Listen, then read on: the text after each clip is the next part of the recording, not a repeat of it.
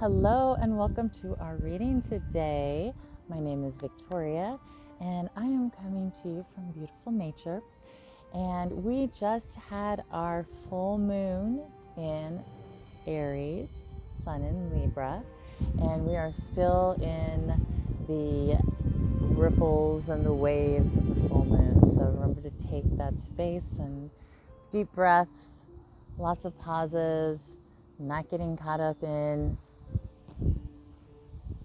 extra emotions that may not be peaceful. So keep on dropping down into our heart center.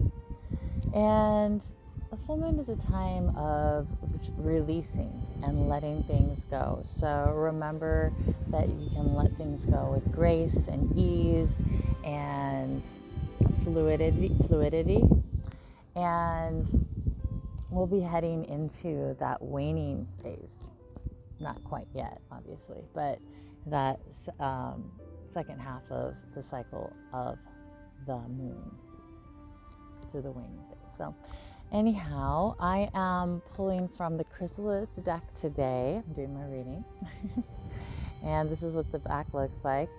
I did want to bring something up. As I was getting ready to do the reading, one of my books came out with me, and I don't know if any of you have ever seen this book. It's called The Game of Life and How to Play It, and it was actually written in 1925 as the first time this was copyrighted.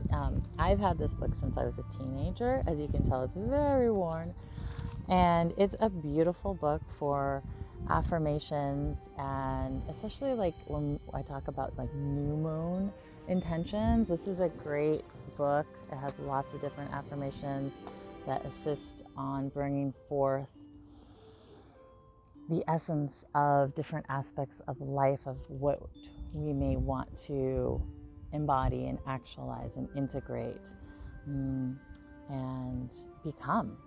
And it talks about the background behind the affirmations, and our word is spoken with power. Each word is powerful.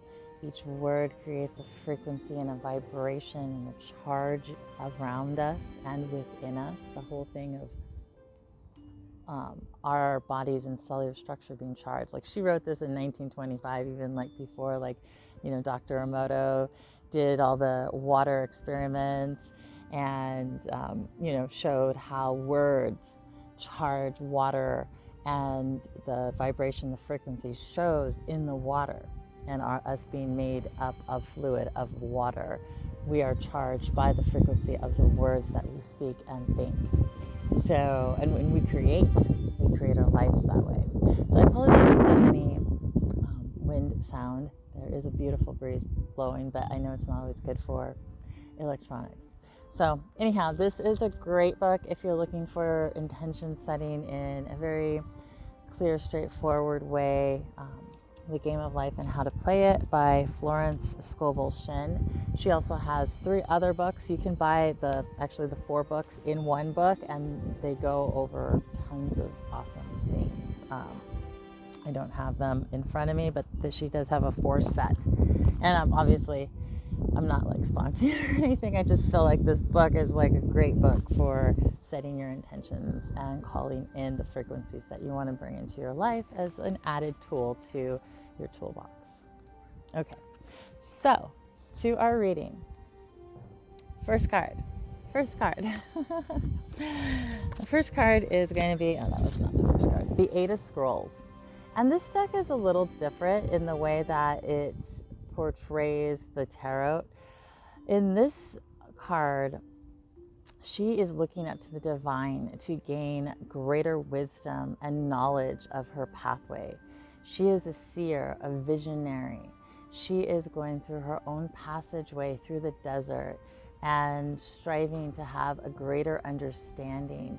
Thus, being in the deserts, are usually portrayed with times in life where we may feel like we don't have everything we need, but yet everything we need is already within. They may be barren, desolate, but finding that sacred space within, finding those sacred resources that are around is very important. at this time, and mostly finding that inner knowledge and that inner wisdom is the most important thing for us in this time period. And I'm going to go ahead and read a little bit from this deck book, because they do portray the cards in a different meaning a bit than the regular tarot. So I feel like the knowledge there is beneficial if you need to hear it for your own inspiration, integration. Okay, so the Eight of Scrolls is about dealing with conflict and illusion of the senses. Our Egyptian visionary will help you sort out your problems by reading her 8 scrolls. You may sometimes find yourself caught up in the whirlwinds of your own making, but there's good news. In your reading, these scrolls promise a positive outcome. The 8 of Scrolls asks you to be introspective and rid yourself of self-serving illusions. Reframe issues and visualize positive creative outcomes. This card simply says, stop worrying. Consider seeking out others for sage advice. So, that being said, seeking out those places that are teachers and guides for us individually, and collectively. And I thought, oh, this book too, I remember I would go to it for guidance, for knowledge. And any book is a permission slip or a tool that speaks to us in the right way that we require it in a certain time in life, a certain present moment in life. So, and for me, like, what I see there is remember to go to your inner wisdom, to your guardians of light. Call upon them for that sacred knowledge. This even reminds me kind of the Akashic Records, like that library that is filled with all the knowledge that ever exists. But what is relevant to each of us individually at this time, and calling that forward to download in a graceful, easy, harmonious way and integrate into our life and bodies.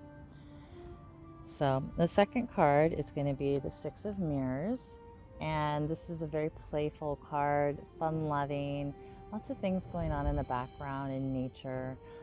This card is a card of appreciation and being just content with what is going on around you and within you, and knowing that everything has its proper space and time, and allowing that and staying focused in that present moment, because the present moment has a gift for us. The present moment is a gift, right?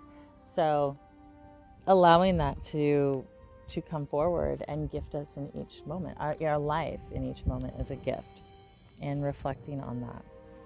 So let's see. Yeah. Okay. And then the third card is Visionary. Visionary. And this is the King of Swords in traditional tarot. And he looks very different than what a traditional tarot King of Swords looks like.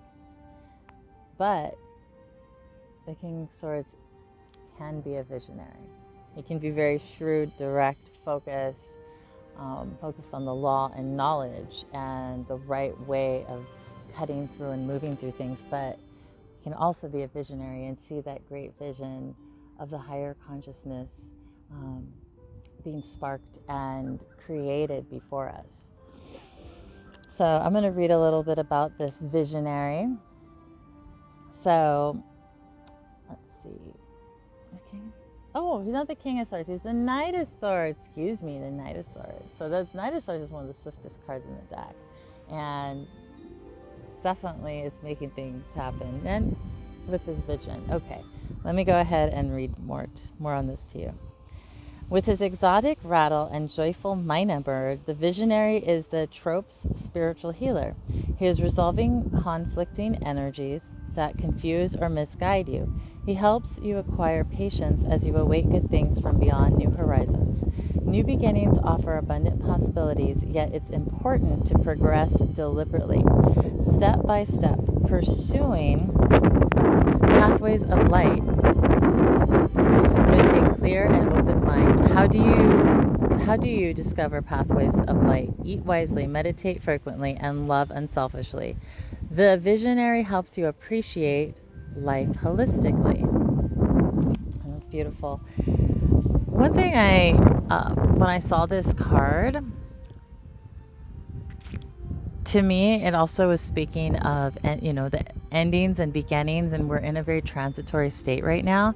And we, being in Libra, being cardinal air, a lot of things are going to be shifting, even though, there are a lot of planets retrograde. Things are shifting and moving behind the scenes. And even if we can't see how that's happening, know that that's taking place, and holding space for the alignment, giving extra space for the alignment, I'm definitely hearing, so that it can flow more smoothly into place, which means starts with us giving ourselves more personal time and space. Okay, so this reading ran a little bit longer than expected. That's okay. What is relevant to you will be there. And I am going to be I'm going to be in the shop soon, so keep a weather eye for the dates, and I will put them out, and I'll be looking forward to seeing you. Okay, and I'm doing my readings over Zoom if you'd like to book one sooner, and I will talk to you later.